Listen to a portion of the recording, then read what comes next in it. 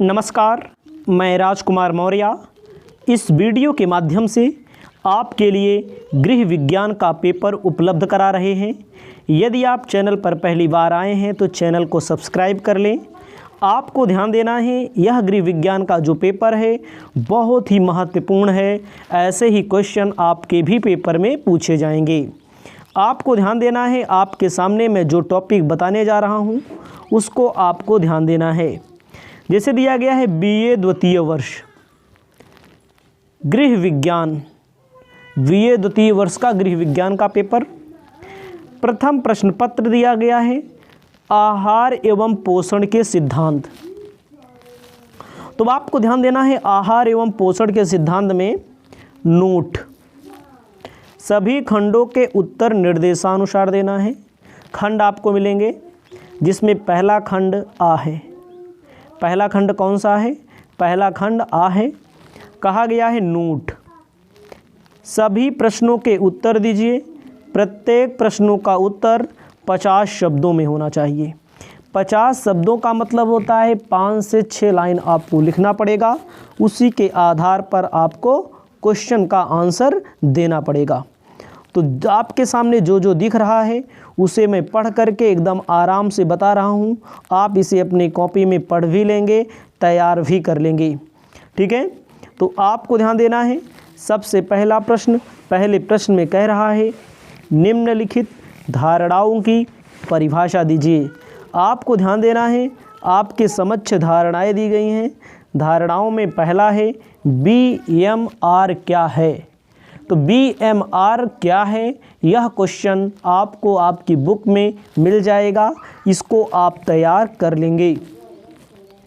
दूसरा कहता है 50 शब्द में ही लिखना है, इसको ध्यान दीजिएगा। दूध में कौन सी विटामिन नहीं मिलती है। तो आपको ध्यान देना है, दूध में कौन सी विटामिन नहीं मिलती है, ये दूसरा क्वेश्चन है आपका।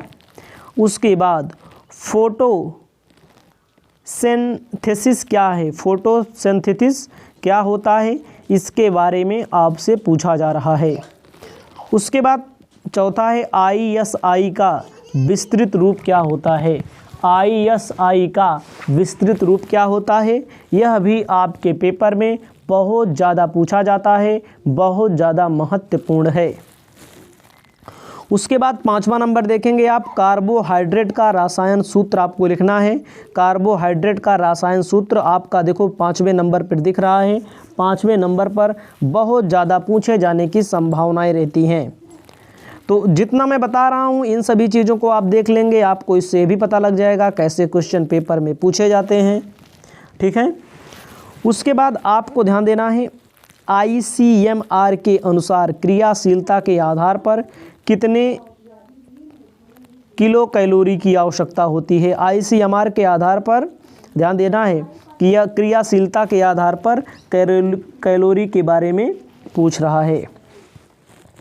पढ़ करके मैं इसलिए बता रहा हूँ क्योंकि आपको क्वेश्चन के संबंध में बता रहा हूँ कैसे क्वेश्चन पूछा जाता है।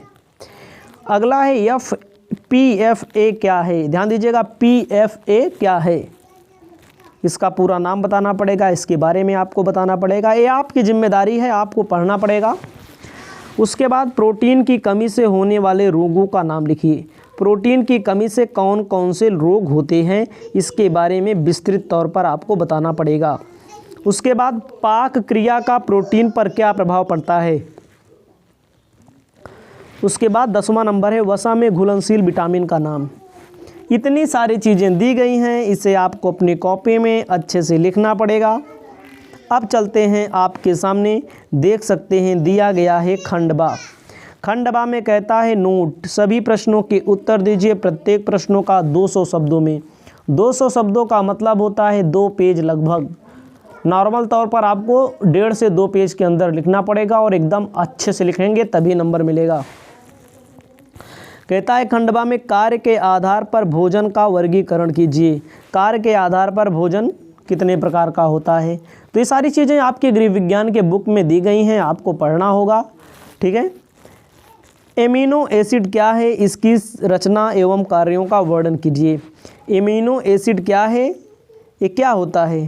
ठीक है, इसके कार्यों का आपको वर्णन करना पड़ेगा और अच्छे से आपको लिखना पड़ेगा। उसके बाद आपको बताना चाहते हैं मानव शरीर में, तीसरा क्वेश्चन, मानव शरीर में कैल्शियम का क्या महत्व है? भोजन पकाने की विभिन्न तरीका बताइए। मतलब कि चाहे अथवा वाला कीजिए चाहे नंबरिंग के सामने वाला कीजिए। चौथा नंबर है मिलावट का स्वास्थ्य पर क्या प्रभाव पड़ता है? ध्यान दीजिएगा, अगर कहीं पर मिलावट पाई जाती है तो स्वास्थ्य पर क्या प्रभाव पड़ता है, इसके बारे में पूछा जा रहा है। अथवा मान लीजिए वाला क्वेश्चन नहीं लिख पाते हैं, उसे लिख लेंगे आप। जल से उत्पन्न होने वाले रोगों के बारे में संक्षिप्त लेखा करना है आपको। जल से उत्पन्न होने वाले कौन कौन से रोग हैं, इसके बारे में बताना है। दोनों में से एक ही करना पड़ेगा आपको, चाहे अथवा वाला करिए चाहे नंबरिंग के सामने वाला करिए। जैसे पांचवा है भोज्य समूह से आप क्या समझते हैं? ध्यान दीजिएगा, भोज्य समूह के बारे में आपको लिखना पड़ेगा, ठीक है। अथवा गर्भावस्था में पौष्टिक तत्वों की महत्ता पर प्रकाश डालिए। ये बहुत ही महत्वपूर्ण क्वेश्चन अब आपको बता रहे हैं, ऐसे ही क्वेश्चन हर साल पूछे जाते हैं।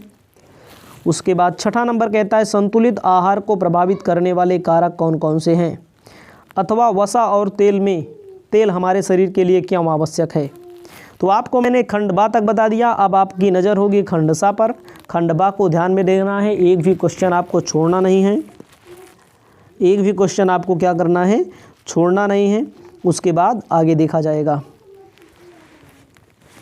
उसके बाद आपको ध्यान देना है खंडसा में क्या कहता है।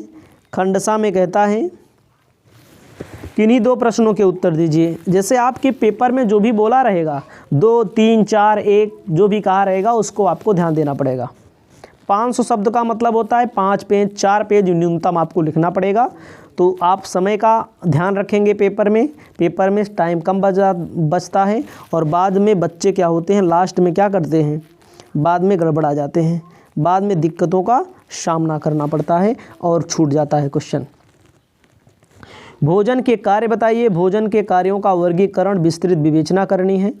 उसके बाद चयापचय क्या है, चयापचय को प्रभावित करने वाले कारक कौन कौन से हैं। उसके बाद 9वां नंबर प्रोटीन क्या है, प्रोटीन का वर्गीकरण करते हुए इसके कार्यों की विस्तृत विवेचना करनी है। उसके बाद आहार आयोजन किसे कहते हैं, आहार आयोजन के विभिन्न चरण तथा प्रभावित करने वाले तत्व बताइए। उसके बाद प्राक क्रिया का पौष्टिक तत्वों पर क्या प्रभाव पड़ता है, विस्तृत विवेचना कीजिए। तो मैंने एक क्वेश्चन पेपर आपको बताया। हमारे बताने का मेन उद्देश्य कि आपको नॉलेज हो कि क्वेश्चन पेपर कैसे पूछा जाता है। आप देख सकते हैं एकदम सीरियल में अच्छे से अपनी कॉपी में लिख लेंगे, यही क्वेश्चन अपनी बुक से तैयार कर लेंगे तो अधिकतर क्वेश्चन आपको यहीं से आपके पेपर में मिलेंगे। इसी प्रकार के हम आपके लिए सभी विषय पर BA, BCom, MA, MCom, SC, ठीक है, सभी क्लास लेकर आते रहेंगे। बहुत सारी वीडियो आपको मिलती रहेंगी। इस वीडियो को यहीं पर समाप्त करते हैं। नमस्कार, जय हिंद, जय भारत।